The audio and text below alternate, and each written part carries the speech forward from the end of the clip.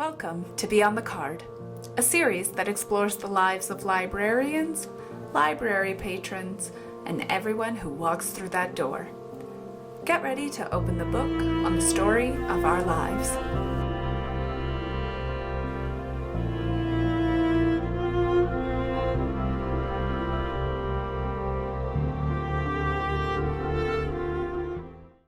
Welcome everybody to another episode of Beyond the Card. Today with me I have...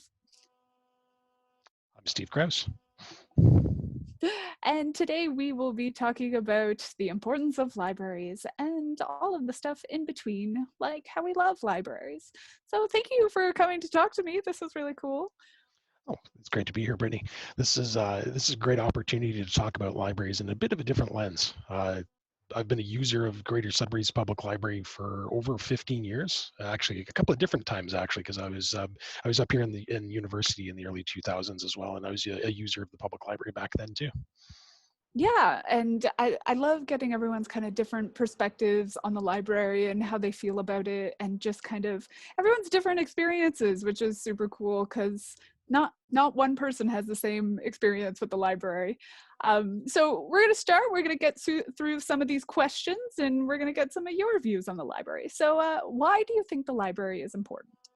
Well, as a librarian myself, given that's what I do for a part of my day job, libraries are kind of fundamental to my existence in a lot of ways. So maybe I may be bringing a slightly biased opinion to the mix, but one of the reasons why libraries are so important to me personally is the fact that they are a little something for everybody. It is not simply just the traditional book on shelf type thing anymore. Back in the day, going back in history, that's why libraries existed, to kind of do that transmission of knowledge piece through the printed word, etc. But these days, the importance of the library actually goes well beyond that.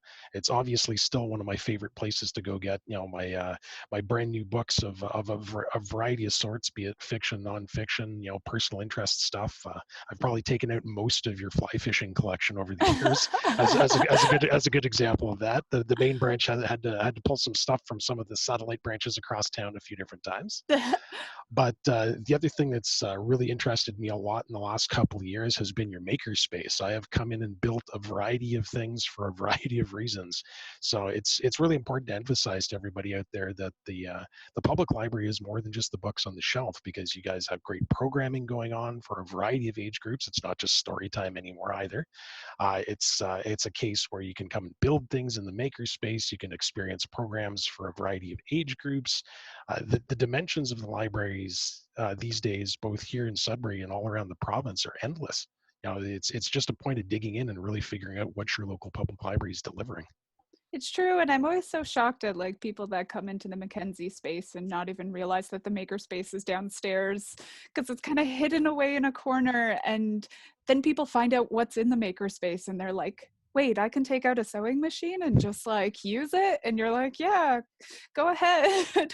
um, so it's really wonderful to kind of open up those opportunities, and I think this podcast is a really nice way of letting people know that those things do exist, and they are there for them to use. And speaking kind of towards that, how has the library impacted you personally? Well, I could pull a couple of examples actually from the last few years that are really significant to me. Wearing one of my other hats away from my work stuff, I'm a volunteer and a board member at CKLU 96.7 FM, our campus and community radio station in town. And we've come over and used the makerspace as another good example to make buttons for promotional stuff that we've done. So instead of having to go and contract a company to make us stuff and then having to ship it and send it back and forth, we got our team of volunteers together and actually went over to your makerspace and built a whole bunch of promo stuff that we ended up using to promote the campus and community station here in town. And it was done locally through local supplies, through local space, and partnered up with the public library to get that piece of business done. So that's impacted our operations, because being one of your neighbors just a couple of blocks away, it made perfect sense to stay local and get that project done in that respect. In terms of other impacts, I've been a member of other organizations that have used your facilities on a variety of occasions where, our groups needed to meet for a variety of reasons to conduct some business or just get together and collaborate on different types of projects and that kind of stuff. And that's available. A lot of people don't realize that the libraries across the entire city have a variety of spaces that they can rent and secure for a variety of purposes, nonprofit and otherwise, depending on the rules and parameters that the library policies set up. So that's been super helpful over the years. The collection is another great one. I've always been a traditional book in hand kind of guy, but your electronic collections and the fact that I can read magazines and the fact that I can download e-audiobooks to my phone has kept me very much entertained, especially on these long walks that we're all taking to get out of isolation from the last little while and experiencing some nature. I've been enjoying some great ebooks thanks to your electronic collections. So those would probably be my top three ones that have been the biggest impact for me from the last little while. And kind of speaking towards the library collection, one of our questions that we like to ask our guests is there a material within the library that holds a significance to you? So we don't want to limit this to books or movies, because the library also offers a variety of 3D objects like art passes and fishing rods and snowshoeing. So um, what's kind of something that you think holds a great significance to you with the library? Now, I haven't personally used this one myself, but since you do mention the fishing rod piece, the fact that you guys are members of the Tackle Share program is probably something a lot of outdoor enthused citizens may not be aware of. The fact that you guys actually have fishing gear to loan out. So that's probably one of my big ones. I know a few of my friends and their families have benefited greatly from your snowshoe loan program during the summer that's available at quite a few of the different branches throughout town to get out and enjoy some outdoor activity. That's some of the coolest stuff I could think of these days because it's stuff you wouldn't typically expect out of the library in that respect. But book-wise, your collections are always vast and varied, and people need to remember that just because it may not be at their closest branch, that doesn't limit access to anything. You guys have a great interloan system within your own branches, and you've got, of course, got access to the provincial library, interlibrary loan to pretty much get a hold of pretty much any possible thing anybody could dream up to a lot of degrees. And you guys have always been wonderful with taking suggestions in terms of acquiring material. So there's never a bad thing to suggest to the public library to acquire if it's something you think might be useful to yourself or the broader community as well. You never know who might be into your favorite craft or favorite hobby just as much as you are out there. Yeah, it's true. I have a great anecdote in terms of the interlibrary loan system. We have a regular patron who comes in all the time and requests to read a book from his childhood that was Oh, printed wow. way back in the day, and we do not have it in our collection. But we've interlibrary loaned this book for him several times, and he just loves it every time. And I think it's so great that, like, even if we don't have access to something here within Sudbury, that we do have this kind of sharing program where we could pull from other libraries, because some things are just obscure or out of print or just like really hard to find. And it's kind of rewarding to find those books for patrons who are looking for them in other places and can't seem to get their hands on them. In terms of that, kind of bringing it around, what is one of your earliest library memories? Well, I got a few different ones. So I didn't grow up in Sudbury. So I grew up in North Bay, so a couple hours away from here. So most of my early library memories are associated with that. But if I'm going to stay particular to GSPL and my Sudbury life, probably my earliest memory experiencing the Sudbury Public Library was back when I was in university in the early 2000s. We did not have the luxury of having a lot of study space and a lot of quiet space back in those days because the library was a very busy place with the amount of students that were happening and going through Laurentian at that point. So I actually used to hang out and make a specific trip to come down and hide out at the South Branch to do a lot of my exam study back in the day in terms of taking advantage of some of the space. And that was the old building too, pre-renovation. So I'm dating myself here a little bit in It terms wasn't of in the bowling alley. no, it wasn't in that case, no. So But yeah, to take advantage of that quiet space and that study time was probably my earliest memory of GSPL back in the day. And considering that is almost 20 years later from back in those university days now, the organization and what you guys make available to the citizens here in Greater Sudbury and the outskirts is amazing in terms of watching how that's evolved over the years from my first experiences to what you guys are doing now. Yeah, the design of the South Branch Library has those great rooms just like available all the time for everyone to use. So, and it's nice that they kind of have a time limit so that people can share the space, because it's easy to get lost there, right? It's easy to spend hours just kind of studying in one of those rooms. I've used them even on occasion just to like, when I'm working on something and I need that kind of quiet space for myself, it's like a really nice place to go. Absolutely. And especially with the new design down there too, the building and the staff make it a very welcoming environment in the South Branch. Now, I should say I have not been down to the South Branch in a little bit because I now live in one of the opposite ends of town these days, and then tend to hit up one of the main a little bit more than not. But all the branches pretty much throughout all the town have their own little character in terms of Yeah, the own. it's not my home branch anymore, so I don't get to experience the joys of the South Branch design, but I feel like I lost my opportunity to just go sit on the balcony or go sit on like the little green terrace in the bottom while I was working there. Mhm. It does have a pretty nice view for the South End, that's for sure. So, in our time, we have seen libraries go from a quiet space to a study to more of a community space. Do you think that the library has room to evolve, and where do you see the library going in the future? Well, I've been paying pretty close attention to your building plans for the renovated main branch that are under works right now, that have been in the media a little bit over the last few years, and just the good plans that you guys have secured in terms of your future moves into the 2020s and beyond. I'm pretty excited to see what the new facility is going to be when the main branch in its current form gets retired and that new one comes up.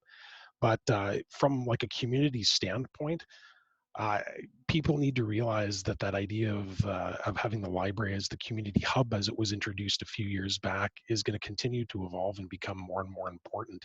The community space that the public library brings, especially here in the city of Greater Sudbury, is going to have exponential opportunities for groups, for individuals, for different styles of things to be done within the library space that I don't think would most people would label as like typical things. I hope to see some more music. I know you guys have been doing some great spoken word things the last few years in the library, and you guys have had some different concert type events in the current main branch. And hopefully, your new space, once that evolves and develops, is going to give even more opportunity and more awesome places to showcase that kind of thing. Because that's the kind of stuff that interests me a little bit. Because the potential for community partnership and just linking up with different groups and people of varying interests and different hobbies and that stuff like that, to be able to share their work and share their passions with the community, will be that perfect safe space to do so in town. Yeah, we've definitely had some great programs kind of come out the last couple of years, like Keys to Library and Open Mic Night, which allows like a variety of creative individuals to share their writing, share their music, share their stand-up, share whatever it is they feel like they want to put up there. They want to just read a verse from their favorite book. I mean, that's also um, something they can do. I know that some of our programming department has also invited bands from out of town or local bands to kind of give music workshops and how to write kind of songs or turn a piece of their writing into songs if they aren't really sure how to do that. So we've had a lot of really cool musically creative things happen recently, which is really exciting. But I also think that it's to speak to your involvement with the community. I think more and more we're realizing that reaching out to the community is a way for us to stay connected. And it's been something that the programming department has been striving to do. And each of us has kind of like this individual niche interests that we try to bring to the library.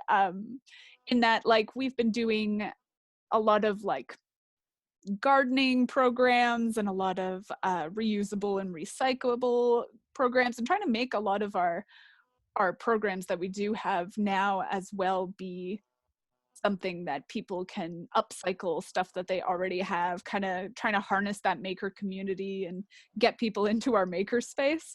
And I think you're right. I think it's just going to become a larger community hub, and what a better place for people to kind of find like-minded individuals or creatives that they're looking to work with. That's actually a really good point to bring up, Brittany, because one of the things that people often overlook about the atmosphere of the public library is, especially with that idea of creating a broader community space behind it, it is an area for collaboration and expanding your ideas and maybe learning from others in that respect. Really glad you brought up the gardening example. I totally forgot about that one.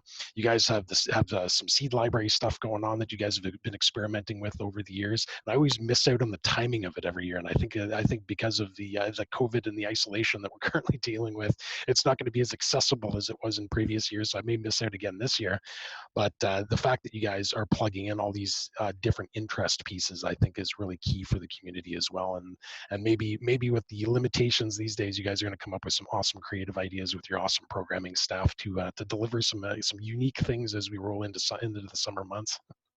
Yeah, it definitely feels like, let's not hold out hope for the seed library, because because we definitely, it's a big one for us, and Yeah. we've had a few cool like kind of partnerships with Junction Creek and stuff like that, where we've kind of had facilitators come in and talk about home gardening and how to grow your own vegetables and how to be sustainable. And so that's been a really unique experience, and I think something that is new to the library, but something that we are very excited to follow through on. Well, thank you for coming to talk to me today. So insightful on all of our our library programs and everything we do have to offer, which is nice, because I feel like a lot of people still don't know about some of the things we offer. And the great thing about our library is that it doesn't matter who you are, where you come from, how much money you have. It's accessible, it's there for you to use, and we want you to use it, and we want you to be part of it. And we always kind of talk about how the library lets you experience new things without kind of financial burdens, or kind of trying out something new without making a full commitment, and then Mhm. thinking, if you love it, then you can continue to explore that by someone who is professional and deals in it. But there's always like, it's like that dip into a bunch of different things. And I guess even libraries from the beginning of time were dips into studying something that you otherwise didn't to begin with. And so I like when people are like-minded in that way. Not that I think anyone's um, other opinions on the library would be not valid, but I think you have a very like-minded idea about the library and how I feel about it. So Fair enough. I drank the Kool-Aid long ago, given I got into libraries as a profession myself. So Brittany, if I can add one more thing, just because you're going to have a pretty broad audience that may be checking out this podcast, one thing to remind everybody about, that since we are in the COVID era right now, and that you cannot access some of these wonderful things at GSPL in person, it's really important to dig in and check out the electronic offerings you guys have been enhancing and putting up the last little while, via the programming and the great different videos and stuff the programming staff have been putting up, but also the collections. Now is the time to experiment, and a lot of this stuff can be done pretty cost effectively. Even if you don't have access to all the current technology, a lot of the platforms and a lot of the apps and a lot of the stuff to get into the ebooks and the videos, the graphic novels and everything else that are in your wonderful electronic collections really deserve a bit of a deep dive right now, especially given we've all got a little bit more time to spare these for days. sure, for sure. Yeah, and it's been great too in terms of the programming aspect. Been able to kind of connect with people more globally even, and be able to take people to places that we've wanted to before and not been able to because we just have been so focused on hands-on programming that online programming kind of took a back seat, and this was a way to kind of explore that and see the potential that we can offer. We also, our reader advisory just became really huge, and we create these lists that are topical, and we kind of look into these. The other day it was National Superhero Day, so we did a whole reader's advisory on what you should be reading for adults, for children, for French. And so it is definitely that time to look at it. And I think a lot of people don't realize that they have this easy access to our electronic ebooks as well. And I mean other things too. You want to learn a new language, we got free language software for you guys to download and use. Mango Languages is a great way for you to kind of dive into that as well. Awesome options, Ready? No, thank you for bringing it up. Thank you. Well, thanks so much for coming. No problem. Pleasure to be here. It's kind of fun to be on a podcast and not on the radio. So. Yeah, I mean, it's something fun that we wanted to try. We've been talking about it for a while, and I think it's a great way to meet people who frequent the library and people who work at the library, and kind of the lives of the locals and how they utilize our community space.